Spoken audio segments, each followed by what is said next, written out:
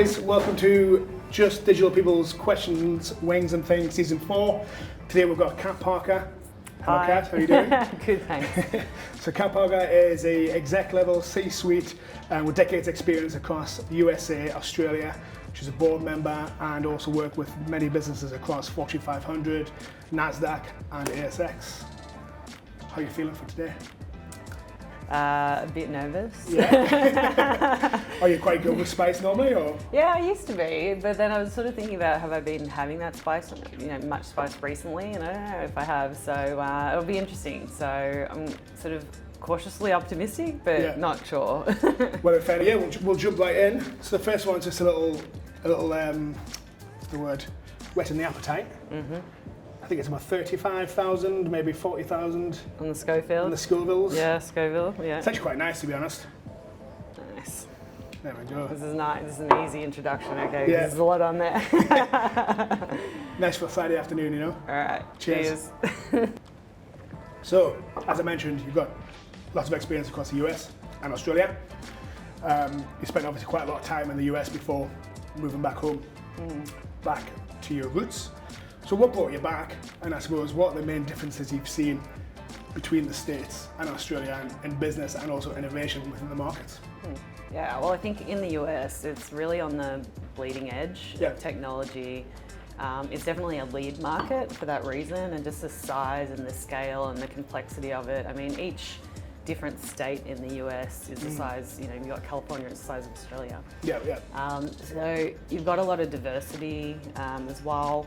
And there's I think a bit of a trailblazer sort of mentality there to sort of pursue different things, and that mentality of testing and learning and failing forward.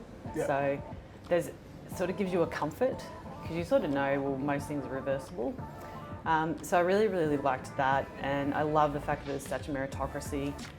Being female, and I was in my early 30s back then, and late 20s, early 30s. I was there a while, just being able to sort of go into an executive role at such a young age.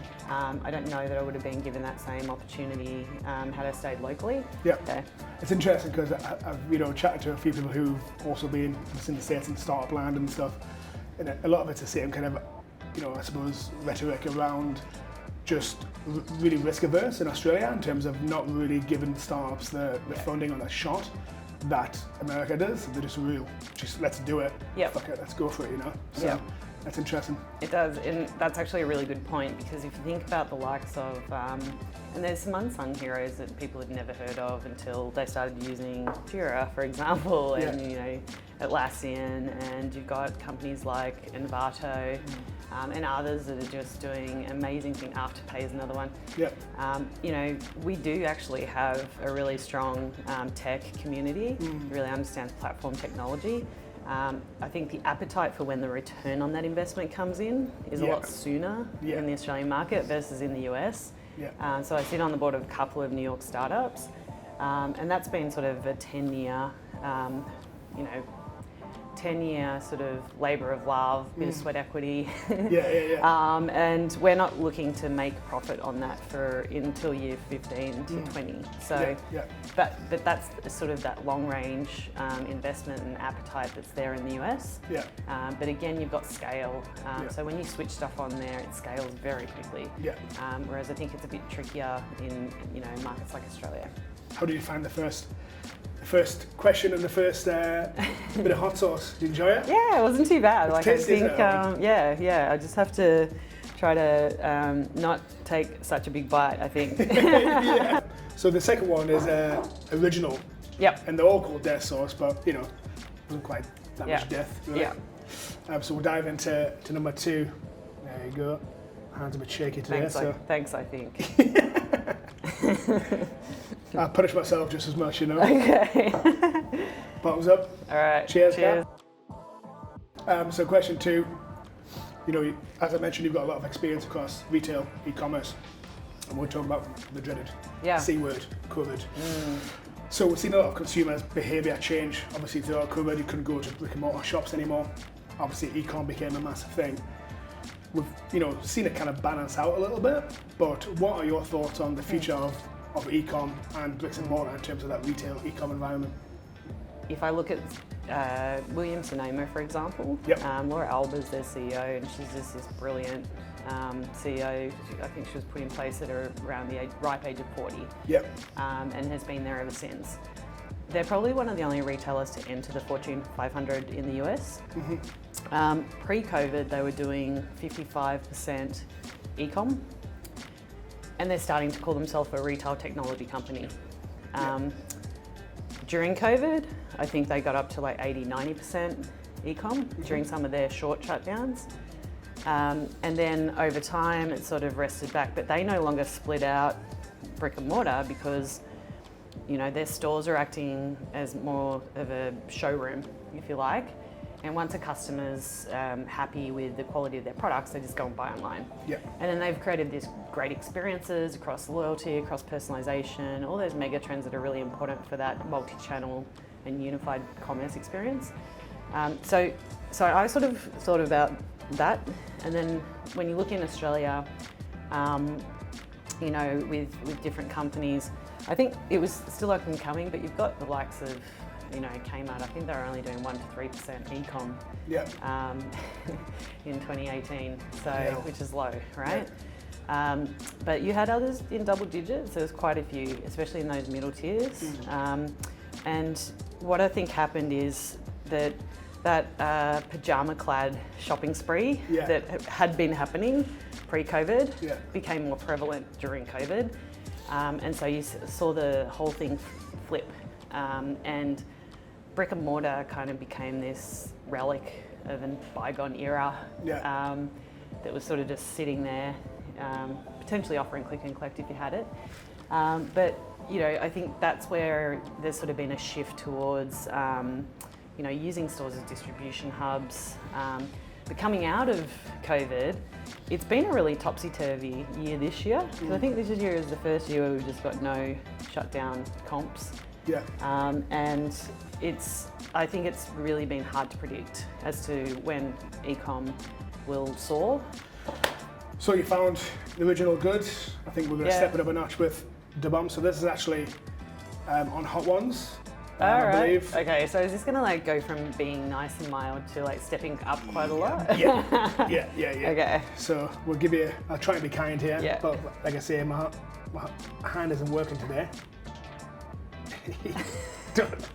Right, there we go. And I'll put some in here. I'll punish myself as well. Let's both get involved there. Right, bottoms up. Cheers.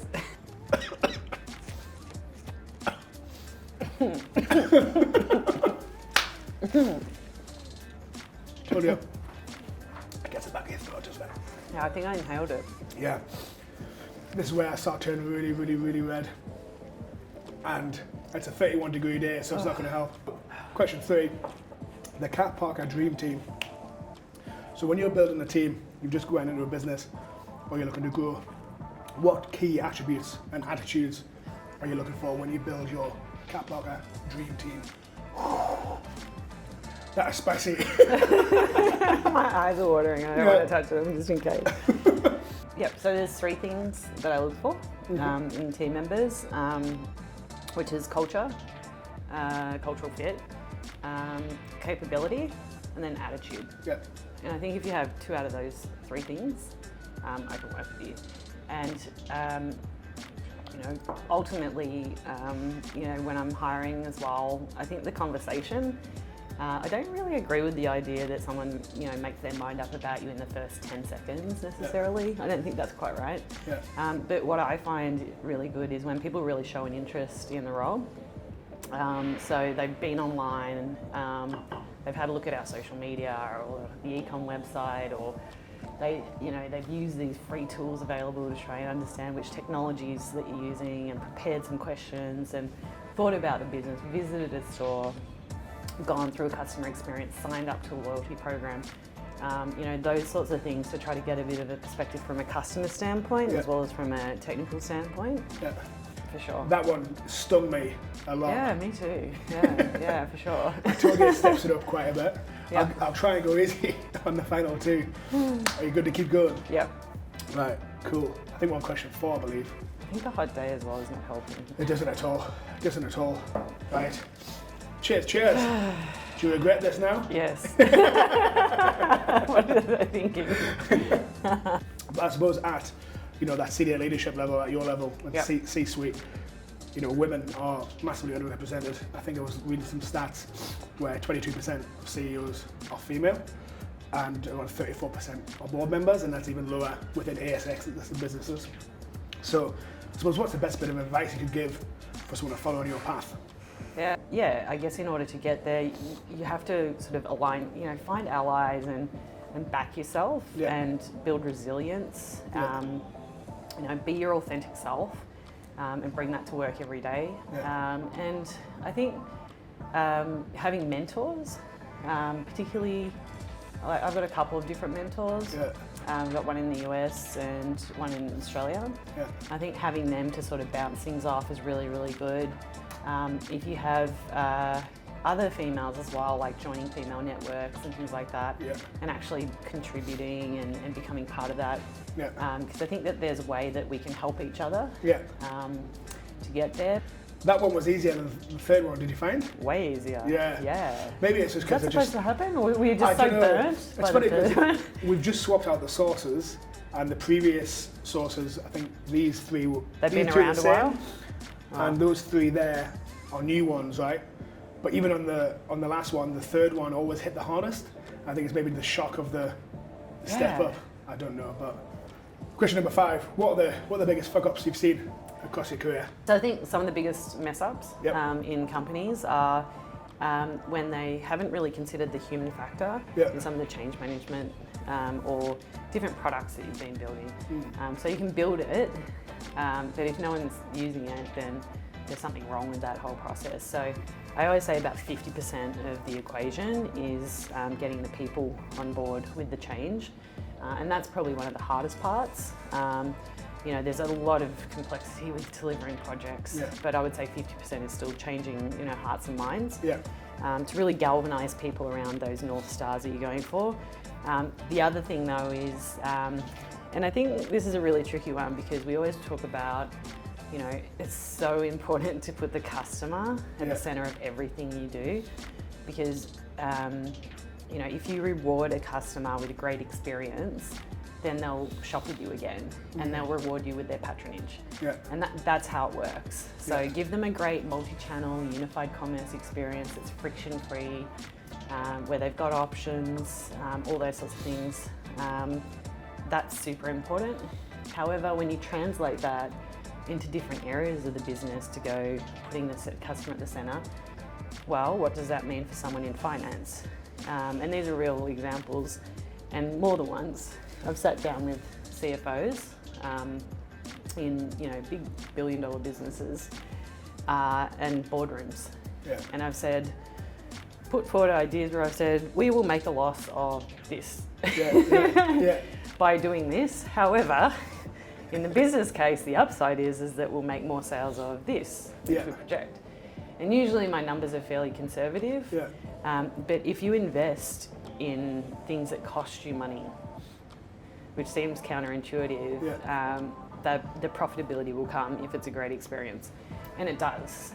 And I've seen it happen, and I've had CFOs come back to me, 6-12 months later and 2 years later, just going, that I really didn't think, we just had to trust in you. And I said, And the way that I sold it in was pretty simple, actually. I was like, well, it's technology. If it's not going to work out, we just roll it back.